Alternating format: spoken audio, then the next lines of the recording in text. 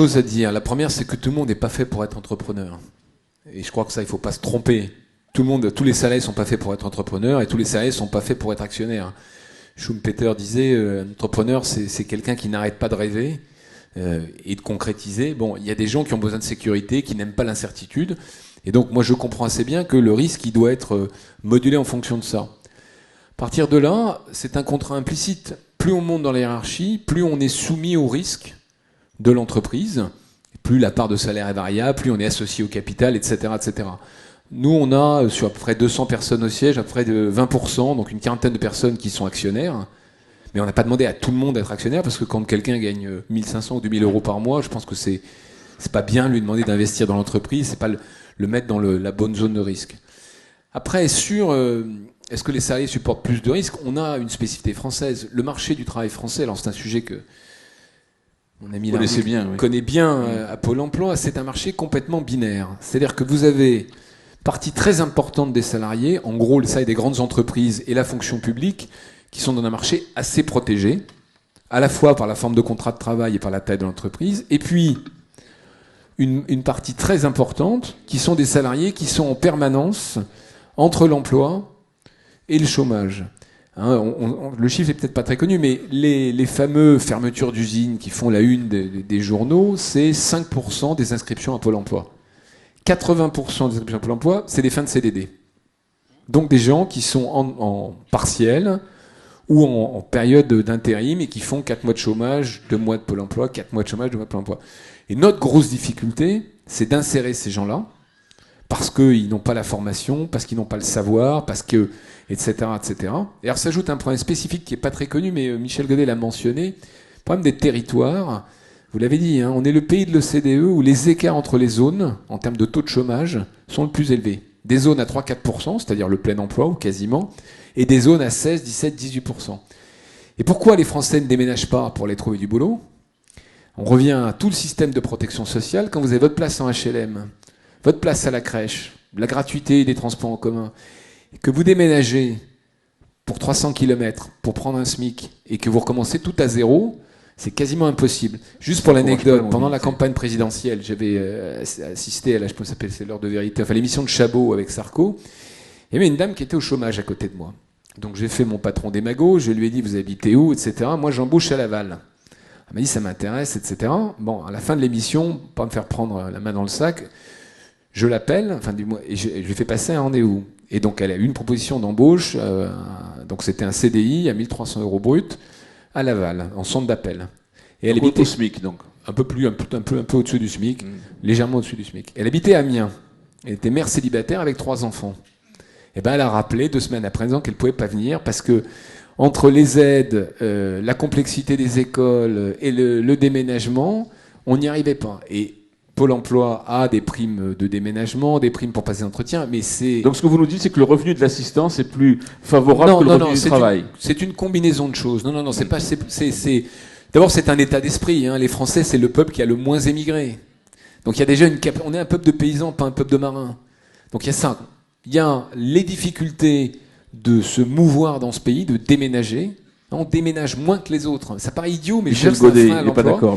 Et puis ce marché du travail très particulier avec des gens qui sont exclus un peu pour toujours. Parce qu'une fois que vous avez commencé un CV avec 10 ans d'intérim, etc., c'est très dur de s'en sortir.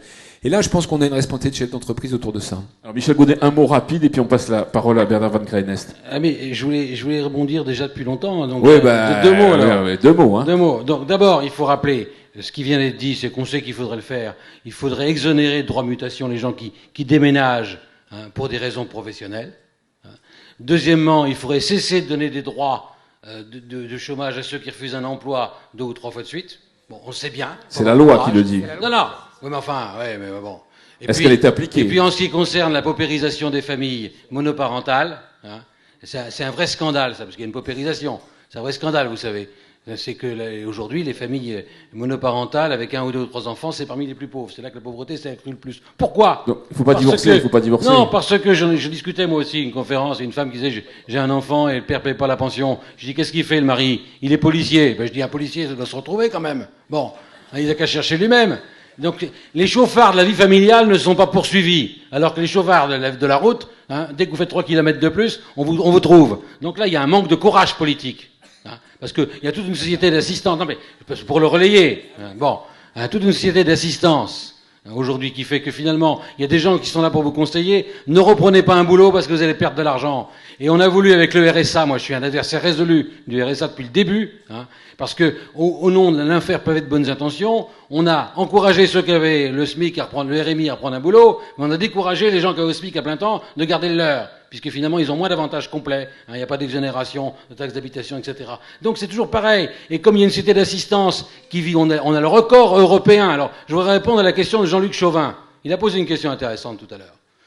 Il a posé une question, mais oui, finalement, quand on compare par rapport à l'Allemagne, on pourrait distribuer, parce qu'il faut surtout pas augmenter faut pas augmenter les salaires, puisqu'on est plus compétitif par rapport à l'Allemagne. Je vous rappelle tout simplement pourquoi. On a augmenté de 10 points, hein, 10 points, on était 10 points inférieurs en coût du travail dans l'industrie manufacturière il y a 10 ans. Aujourd'hui, on est au même niveau. Mais à qualité qui reste française, pas allemande. Bon. Donc, il n'y a pas photo, à la télé, à la radio tous les matins, il y a Dutch qualité. Michel, pas par les salaires. Alors, le coût, c'est le social qui le coût, mais attends, oui, bien sûr. Oui, il ne veut pas augmenter le coût du travail. Il ne veut pas augmenter le brut, il veut augmenter le net.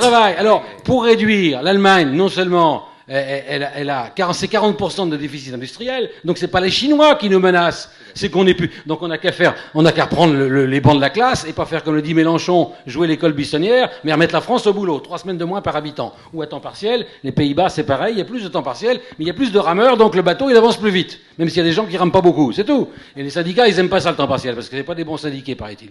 J'en sais rien. En tout cas, il y a une aspiration au temps partiel. Non mais, bon, donc, pour répondre à ta question, on sait ce qu'il faut faire, on n'a pas le courage de le faire. On a 10 points de dépenses publiques de plus que l'Allemagne. Moi, je suis pour plus d'État efficace. Faut pas confondre service public avec statut public des agents qui le rendent. Et ce que je reproche à Sarko, au moment des réformes sur les retraites, c'est de pas avoir mis sur la table l'ensemble des inégalités de revenus et de statut. Ça a été dit implicitement aujourd'hui. Hein, entre la France qui rame et qui est exposée au risque de la perte de l'emploi et ceux qui sont à 21 jours d'absentéisme dans les collectivités territoriales. C'est passé de 17 à 21. À 26 jours à la ville de Montpellier. Plus ils sont, plus ils s'ennuient, plus ils sont absents. Bon. Oui. Allez, on va écouter Michel. Oui, mais c'est ça qu'il faut corriger, parce que les entreprises courent dans la compétition internationale avec des semelles de plomb. On ne sortira pas. On va écouter justement, savoir si les cadres, ils ont des semelles de plomb. Monsieur Van Creenes, on a parlé tout à l'heure du moral des Français, on a dit que globalement, les Français n'avaient pas le moral. Brice Centurier a corrigé un petit peu. Or, dans les sondages, on voit que les cadres, ils font plutôt partie des gens qui ont plus le moral que les autres. Toujours vrai ou pas ? Oui, parce que les cadres ont l'habitude de gérer la complexité. Et ce qu'il faut bien voir, c'est que notre société est en train de vivre une accélération, quand je dis notre société, le monde, hein, une accélération de tous les rythmes. Et ça pose en cela la vraie question de la capacité d'adaptation de tout le monde. Quand on voit les jeunes aujourd'hui nés avec les nouvelles technologies, l'ordinateur, le portable, etc., ils jonglent avec ça merveilleusement.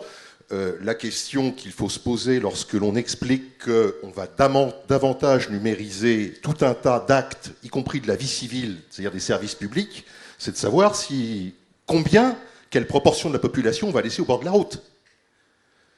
Et c'est ça le problème. Quand j'ai vu le titre de cette table ronde, je pensais d'ailleurs que depuis tout à l'heure, on allait peut-être au moins constater qu'il est nécessaire de se mettre d'accord sur les valeurs, redéfinir ces valeurs et voir comment les faire partager. Parce que tout ce qui se dit...